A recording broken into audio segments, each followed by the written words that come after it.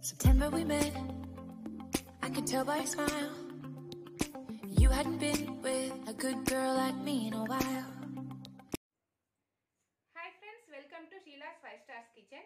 நம்ம சேனலை இன்னும் சப்ஸ்கிரைப் பண்ணாதவங்க சப்ஸ்கிரைப் பண்ணி வெச்சுக்கோங்க. நம்ம சேனல்ல 300க்கு மேல வீடியோஸ் நிறைய இருக்கு. நிறைய சமையல் வீடியோஸ் இருக்கு. அதுவும் உங்க வீட்ல உங்க அம்மா எப்படி செஞ்சு கொடுப்பாங்களோ அதே மாதிரி வீட்ல இருக்கிற பொருளை வச்சு நல்ல டேஸ்டா சமைச்சு காமிச்சிருக்கேன். எல்லாமே ஒவ்வொரு டிஷ்ஷும் ஒவ்வொரு டேஸ்ட்ல இருக்கும். நல்லா இருக்கும். இந்த சேனலை சப்ஸ்கிரைப் பண்ணி வெச்சுக்கோங்க. கூடவே இருக்கிற பெல் ஐகானையும் பிரஸ் பண்ணி வெச்சுக்கோங்க. Thank you friends. இன்னைக்கு நம்ம கிச்சன்ல மட்டன் கிரேவி எப்படி பண்றது அப்படிங்கறத பார்க்க போறோம். மட்டன் கிரேவி பண்றதுக்கு நான் 1 கிலோ மட்டன் வாங்கி எடுத்து வச்சிருக்கேன்.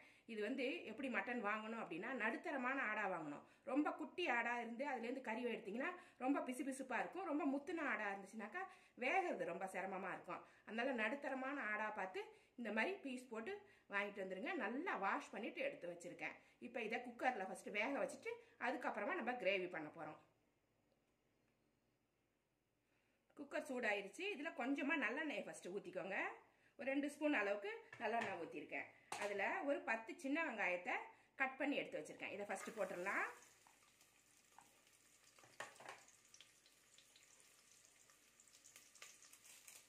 கொஞ்சமாக கருவேப்பிலையும் போட்டுடலாம்.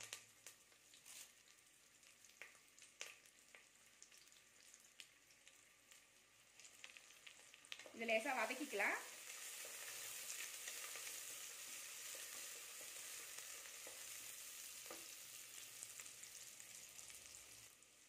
வெங்காயமும் கருவேப்பிலையும் நல்லா வதங்கிடுச்சு. நல்லா வாசம் வந்துருச்சு. இப்போ வாஷ் பண்ணி வச்சிருந்தா மட்டனை அதில் சேர்த்துக்கலாம். பெருசு பெருசாக போட்டாலும் போடுங்க. உங்களுக்கு பிடிக்கல அப்படின்னா கொஞ்சம் சின்ன பீஸாக கூட நீங்கள் போட்டுக்கலாம். இது கூடவே ஒரு 1/2 ஸ்பூன் மஞ்சள் பொடி போட்டுக்கிறேன்.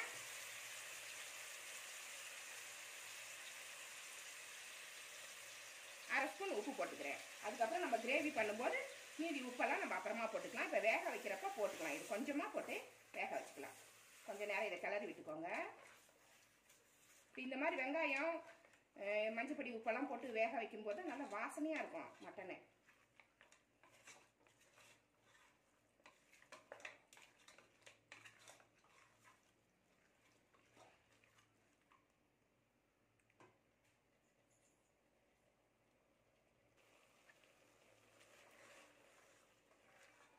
ஒரு நிமிஷம் வதக்கினா போதும். இதுக்கு தேவையான அளவு தண்ணி ஊற்றி இப்போ நம்ம 4 விசில் வச்சு எடுக்க போறோம். ஒரு டம்ளர் தண்ணி ஊற்றி இதை வேக வச்சிடலாம்.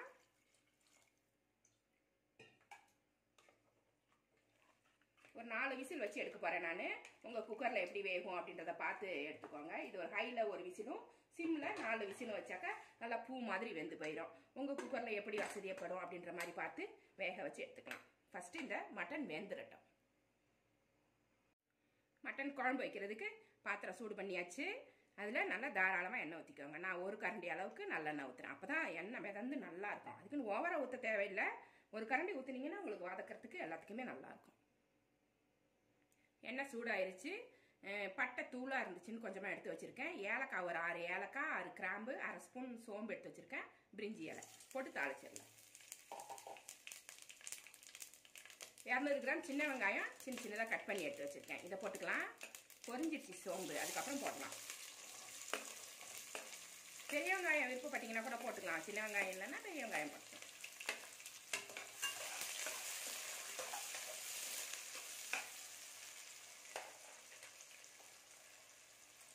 கொஞ்சமாக கருவேப்பிலை போட்டுருவோம். வெங்காயத்துக்குடி கருவேப்பிலை வதங்குச்சுனாக்கா நல்ல வாசமாக இருக்கும்.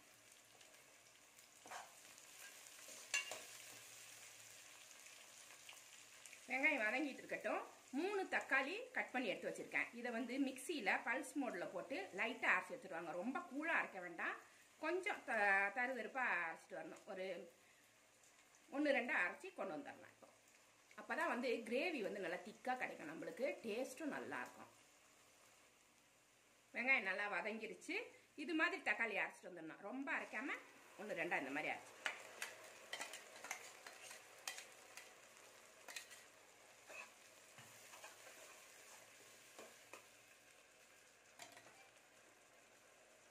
இதில் இஞ்சி பூண்டு பேஸ்ட் 2 ஸ்பூன் எடுத்து வச்சிருக்கேன். இதை ஃபுல்லாக வேலை போடுறேன் நான். 1 கிலோ மட்டன் அப்படிங்கிறதால கொஞ்சம் அதிகமாகவே போடுறேன். மஞ்சள் பொடி 1/2 ஸ்பூன் போட்டிருக்கேன்.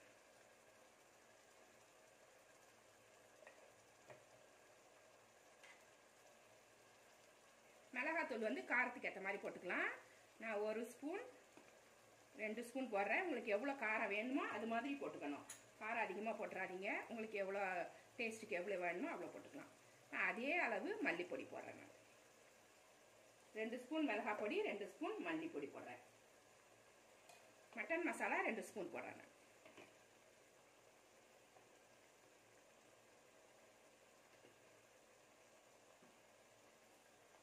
மிளகுத்தூள் 1/2 ஸ்பூன் போட்டுக்கிறேன்.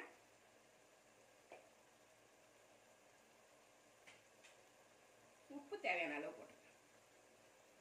கொஞ்சமாக இப்போ போட்டுப்போம். டேஸ்ட் பண்ணி பார்த்துட்டு போட்டுக்கலாம். நான் ஒரு 1/2 ஸ்பூன் அளவுக்கு போட்டிருக்கேன்.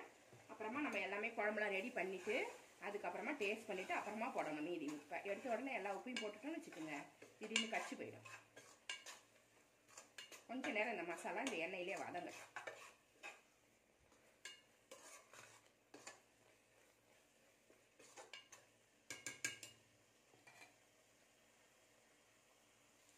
மசாலா கொஞ்சம் நேரம் வதங்கிடுச்சு.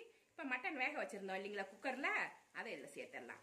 கரெக்டான பக்குவத்துக்கு வேக வைக்கணும். ரொம்ப நேரம் வச்சு குழஞ்சி போயிடக்கூடாது, பிரிஞ்சிடும். இல்லைண்ணா மட்டன் ரொம்ப நேரம் வேக வச்சுட்டிங்கன்னு வச்சுக்கோங்க, மட்டன் வந்து அப்படியே பிரிஞ்சு போயிடும், உதிர்ந்து போயிடும்.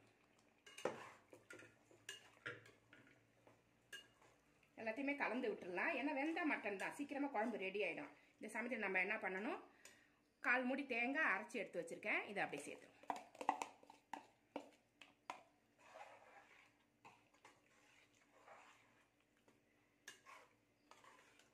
நல்லா கலந்துட்டு உப்பு காரம் இந்த சமயத்தில் செக் பண்ணிக்கோங்க, கரெக்டாக இருக்கும்.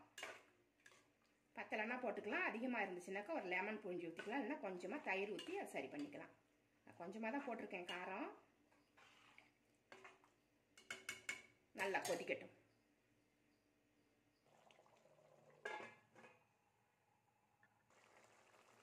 குழம்பு ரெடி ஆகிடுச்சு. சூப்பராக இருக்குது பாருங்கள், குழம்பு நல்லா வந்துடுச்சு குழம்பு.